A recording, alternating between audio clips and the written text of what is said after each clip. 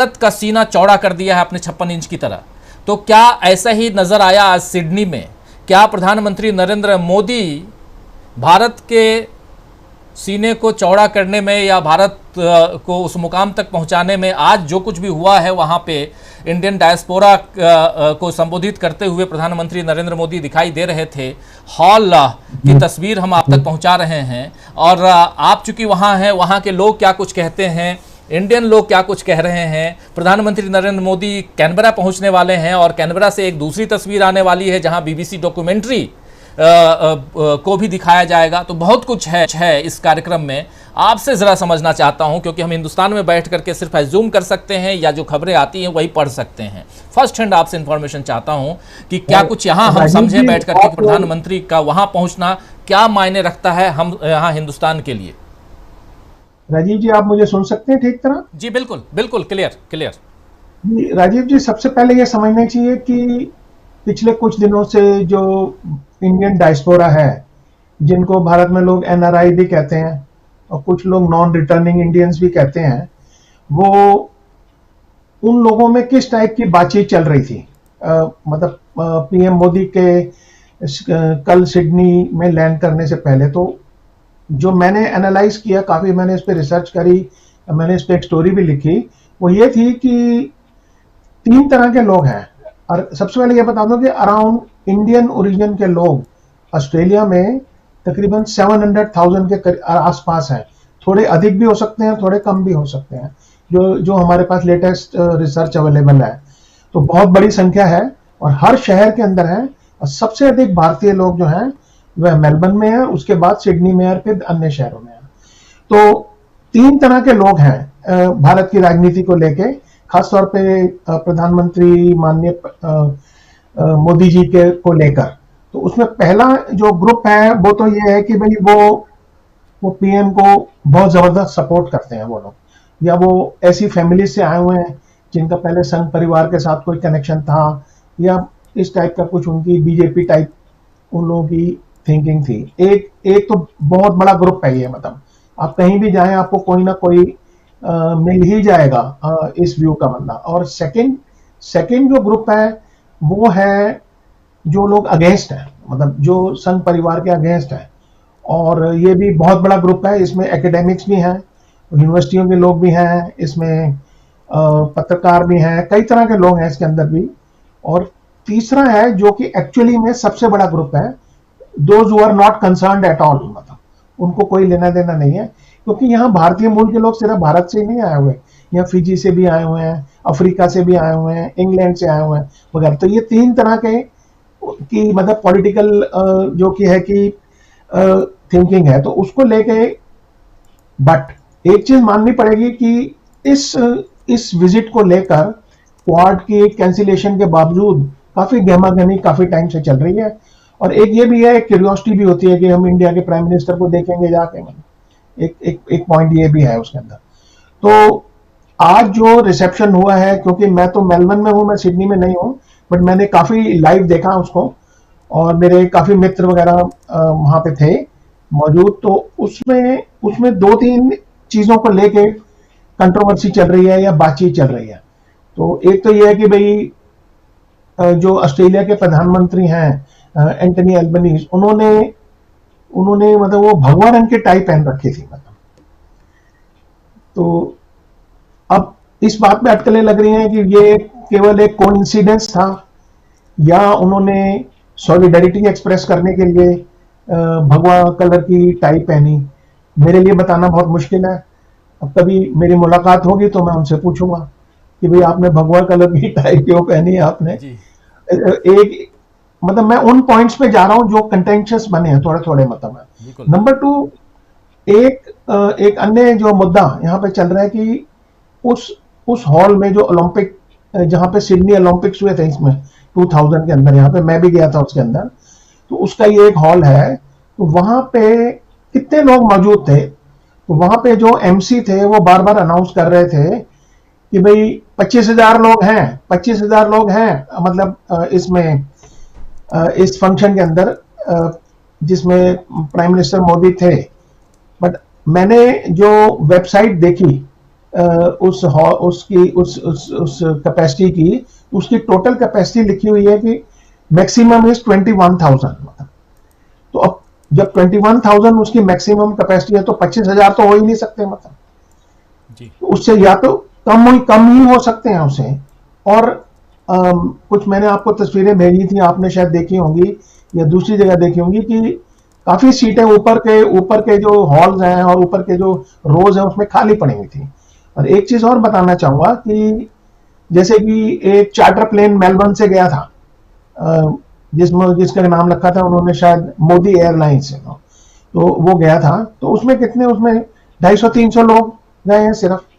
तो अधिकांश लोग जो आज का जो रिसेप्शन था वो सिडनी के थे और शहरों के नहीं थे, और थोड़े दूसरे शहरों से भी लोग गए। और सिडनी में मेरे कुछ मित्रों ने मुझे ये भी बताया कि काफी लोगों ने आज छुट्टी भी ली थी वहां जाने के, हम इंडिया के प्राइम मिनिस्टर को देखने जा रहे हैं, पता, तो वो अपने बच्चों को भी दिखाना चाहते थे और वगैरह वगैरह।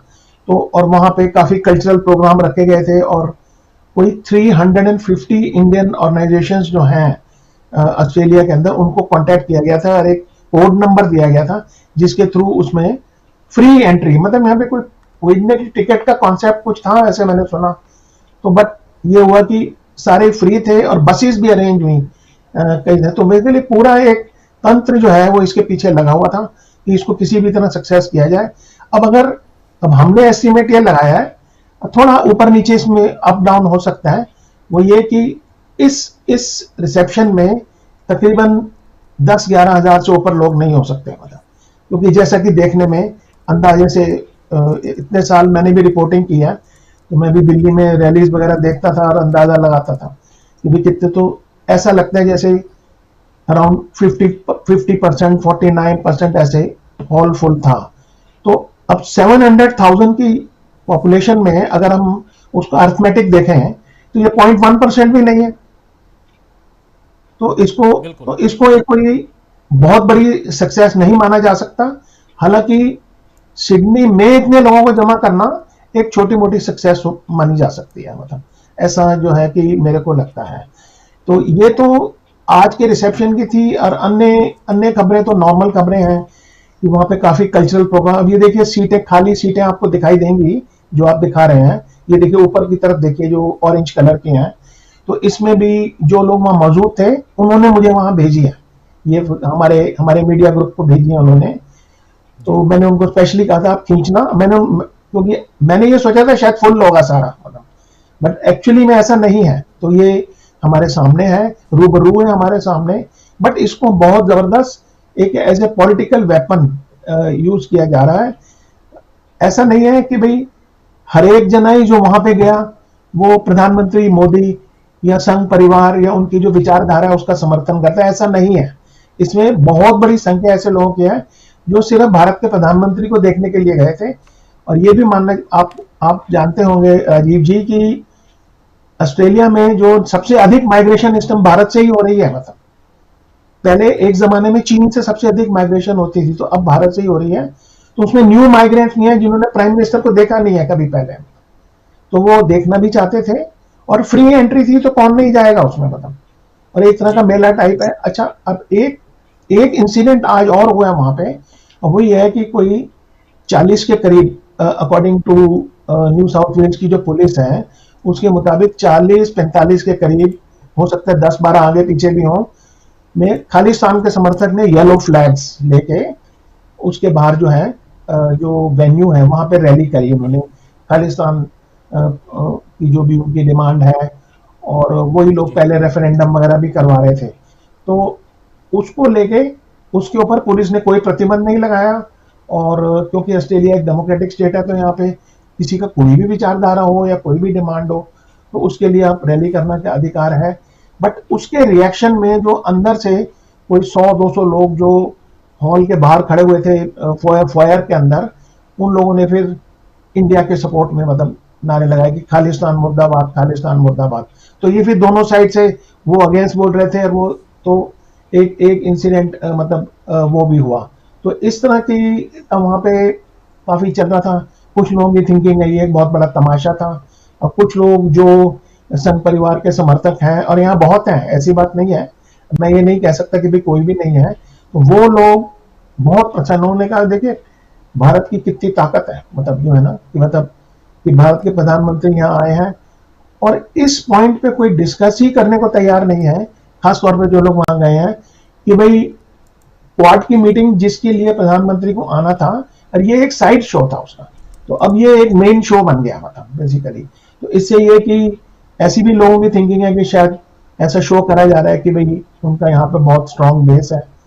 अब ये तो बताना बहुत मुश्किल है, उसकी अर्थमेटिक कम से कम मेरे पास नहीं है। अब कल कल के लिए मैं चलता हूँ 24 को, आज 23 है, तो इसमें एक जो बीबीसी की डॉक्यूमेंट्री है जिसका नाम है द मोदी क्वेश्चन, जो तो जिसपे कि भारत में प्रतिबंध लगा हुआ है, ऑस्ट्रेलिया में उसके ऊपर कोई प्रतिबंध नहीं है, और हालांकि ऐसा कोई टीवी वगैरह पे दिखाई भी नहीं गई है। चैनल 4 का जो यूके का जो वेबसाइट है उसके ऊपर ये डॉक्यूमेंट्री है, बट यहाँ ऑस्ट्रेलिया में वो एक्सेस नहीं होती, बट इलीगली या दूसरे तरीके से काफी टाइम से ये सर्कुलेट हो रही है, बहुत लोग इसको देख चुके हैं ऑलरेडी। बट है कि इसका जो दिखाना है वो यहाँ की जो ग्रीन्स पार्टी है, खासतौर पे जो थर्ड पार्टी है, हम इनफैक्ट ऑस्ट्रेलिया में कहते हैं यहाँ 2 पार्टियां हैं, एक लेबर पार्टी, एक लिबरल पार्टी और एक green party. Green party left wing party है, मतलब वामपंथी रुझाव की है, और इन्वायरमेंट, इन दोनों चीजों को मिला के वो पार्टी है। तो उनके जो 2 एमपीज हैं, जो उनके सेनेट के 2 मेंबर हैं, उन लोगों ने परमिशन लेके वो इसको करवा रहे हैं, और यहाँ पे डायस्पोरा के कई ग्रुप जो हैं वो इसको जो है मतलब सपोर्ट कर रहे हैं, और इसके हाँ देखने जा रहे हैं, और इसकी पूरी बुकिंग हो चुकी है। मुझे एग्जैक्ट पता नहीं है कि कितने नीरज जी, ये जो बीबीसी की डॉक्यूमेंट्री है ये पार्लियामेंट में दिखाई जा रही है? जी हाँ, पार्लियामेंट के एक हॉल में, पार्लियामेंट में नहीं, पार्लियामेंट का जो कॉम्प्लेक्स है, जैसे हमारा पार्लियामेंट है दिल्ली में, तो उसका एक हिस्सा ले लिया जाए उसके लिए, समथिंग लाइक दैट, तो उसमें वहां दिखाई जाएगी। और इसको इसको इसको इतनी अधिक पब्लिसिटी मिल चुकी है ऑस्ट्रेलिया में कि ऑस्ट्रेलिया के तमाम अखबारों ने और बीबीसी ने, आज हम भी इसको डिस्कस कर रहे हैं, तो इसके ऊपर काफी कंट्रोवर्सी भी चल रही है। इससे पहले वो जो केरला की फिल्म है उसके ऊपर भी यहाँ कंट्रोवर्सी चल रही थी, और यही लोग उसमें इन्वॉल्व थे। अब जो है कि इसमें इसके बाद जब ये खत्म हो जाएगी, 1-1.25 घंटे या कुछ ऐसे की है ये, तो उसके बाद एक पैनल डिस्कशन होगी वहीं पे, जिसमें कुछ लोग जूम से ज्वाइन करेंगे ऐसा मुझे लगता है, और कुछ लोग तो इसमें आकाशी भट्ट जो अरेस्टेड आईपीएस ऑफिसर हैं गुजरात कैडर के, उनकी जो बेटी है, हाँ संजीव भट्ट के, तो वो उनकी बेटी इसमें पार्टिसिपेट करेंगी। आकार पटेल जो एमनेस्टी इंटरनेशनल के हैं वो इसमें पार्टिसिपेट करेंगे, और प्रोफेसर मोहन दत्ता जो कि न्यूजीलैंड में है और वो संघ परिवार के काफी खिलाफ अक्सर हैं, तो इस पे एक पैनल डिस्कशन होगी। और इसको लेकर यहाँ पे एक तरह की क्या होगी कि दोनों साइड्स की बात चल रही है, मतलब एक तरफ प्राइम मिनिस्टर इंडिया के आए हुए हैं, और कल एक चीज और होनी है, वो मैं जाते जाते थोड़ा सा और बता देता हूँ, सॉरी मेरा बहुत लंबा हो गया थोड़ा। नहीं, कोई बात नहीं, बहुत इंफॉर्मेटिव बातें आप कर रहे हैं जी।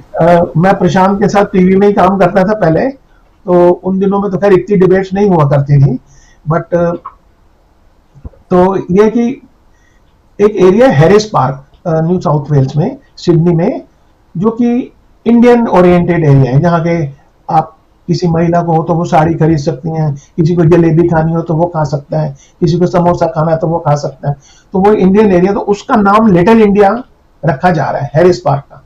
तो उसमें ऐसी खबर है कि प्राइम मिनिस्टर मोदी जो है वहां पे जाएंगे, और उसको ऐसे शो किया जा रहा है यहाँ पे कि भाई हम आपके साथ हैं, इसलिए हम ये कर रहे हैं। नहीं तो यहाँ पे अक्सर, मैं भी इतने सालों से रह रहा हूँ, पूरे कई साल तक कोई किसी को पूछता नहीं है, ठीक है। इंडियन कॉन्सुलेट भी है यहाँ पे, सिडनी में है, मेलबर्न में है, इंडियन हाई कमीशन है, बट हम अपना काम, हम अपनी सब चीजें अपने आप करते हैं, कोई सरकार या कोई हमें नहीं करती कुछ भी। तो मेरे पास इतनी ही इंफॉर्मेशन है, आगे आप कुछ पूछना बस एक चीज आपसे समझना चाहता हूँ नीरज जी कि इस पे जो ऑस्ट्रेलिया का जो ऑस्ट्रेलियन गवर्नमेंट है उसका भी कोई रिएक्शन है जो डॉक्यूमेंट्री दिखाई जा रही है, या वो शांत है? बिल्कुल वो बिल्कुल इसके ऊपर शांत है, और जो मेरी नॉलेज में है किसी को कोई ऑब्जेक्शन नहीं है दिखाने के ऊपर, क्योंकि ऑस्ट्रेलिया एक लिबरल डेमोक्रेसी है। यहाँ का ये ट्रेडिशन है कि अब देखिए वहां पे भारत के प्रधानमंत्री स्पीच दे रहे हैं, बाहर खालिस्तान के समर्थन में एक रैली हो रही है, तो वो भी अलाउड है और वो भी अलाउड है। तो उस टाइप की डेमोक्रेसी है यहाँ पे। यहाँ तक मैं आपको ये बताना चाहूंगा, यहाँ रैली करने के लिए परमिशन नहीं लेनी पड़ती है। तो पॉलिटिकल रैली करने के लिए बस इन्फॉर्म करना होता है कि भाई हम कर रहे हैं, ताकि पुलिस आपका बचाव कर सकेगा। तो कोई गवर्नमेंट की तरफ से ऐसा कोई वन लाइन भी नहीं है कि भाई ये ठीक हो रहा है या सही हो रहा है या क्या हो रहा है, विच एक्चुअली मीन्स कि भाई कुछ दिन पहले जो ऑस्ट्रेलिया की फॉरेन मिनिस्टर हैं पेनी मॉन्ग, वो उनसे ये पूछा गया था इस डॉक्यूमेंट्री के बारे में और कि भाई ह्यूमन राइट्स के इश्यूज हैं इंडिया में, ये है वो है। तो उन्होंने कहा था कि भाई ये तो इंडिया के कोर्ट्स देखेंगे इसको, मतलब ये उन्होंने कुछ इस टाइप का कमेंट किया था। इसके अलावा जो ऑस्ट्रेलिया के प्राइम मिनिस्टर हैं एंटनी अल्बनीज़, उन्होंने कोई कमेंट नहीं किया है और वो करेंगे भी नहीं एज पर एज अंडरस्टैंड, क्योंकि जो मेरी थिंकिंग है वो ये है कि ये लोग जो इनका तकरार चाइना के साथ है, चीन के साथ है, उसमें भारत को यूज करना चाहते हैं जी। इसलिए उनको बहुत बड़ी दोस्ती बात आप करनी। बता रहे हैं जी। हाँ, ये उसमें यूज करना चाहते हैं। और ये देखिए कि ऑस्ट्रेलिया का सबसे बड़ा जो व्यापारिक संबंध चीन के साथ ही है नंबर 1, और भारत के नंबर 2 है चीन। तो ये कंट्राडिक्शन भी है इस रिलेशनशिप के अंदर कि इसको कैसे सॉल्व किया जाएगा। और अगर ना तो भारत ही कुछ ऐसा करने जा रहा है, ना कोई ऑस्ट्रेलिया पे आज तक कभी ऑस्ट्रेलिया पे किसी भी आर्मी ने अटैक नहीं किया। तो चाइना का खतरा है, उसका हवा भी बहुत चल रहा है यहाँ पे, बट ट्रेड चल रहा है खूब दबा के। तो ये मैं बस इतनी बात कहना चाहूंगा। बहुत शुक्रिया नीरज जी, और ये तमाम जानकारी के लिए। और सबसे बड़ी चीज़ कि हिंदुस्तान में भी भीड़ जुटाने के लिए तमाम दल, मैं सिर्फ बीजेपी की बात नहीं करूंगा, तमाम दल जो हैं वो अपने हिसाब से, अपने अंदाज से काम करते हैं, ट्रकों में बसों में भर के लोगों को लाते हैं। और यहाँ ऑस्ट्रेलिया में भी आज यही सब कुछ करना पड़ रहा है प्रधानमंत्री नरेंद्र मोदी की सभा में भीड़ इकट्ठा करने के लिए। तो कुछ जोड़ना चाहते हैं नीरज जी? हाँ, मैं ये कह रहा था कि जो लोग काफी रंगीले रंगीले कपड़े पहन के गए, कोई पगड़ी पहन के गया, किसी ने पीले रंग की पगड़ी पहन ली, किसी ने भगवा कलर की पहन ली, ऑस्ट्रेलिया के प्रधानमंत्री ने भगवा कलर की टाई पहन ली। तो अब पता नहीं कुछ यहाँ पे भगवाकरण का शायद होने जा रहा है, मुझे कहना मुश्किल है अभी, तो ये आगे का वक्त ही बताएगा। हालांकि यहाँ पे जो चुनाव और डेमोक्रेसी है वो इश्यूज के ऊपर होती है, खासतौर पे इकोनॉमिक इश्यूज के ऊपर।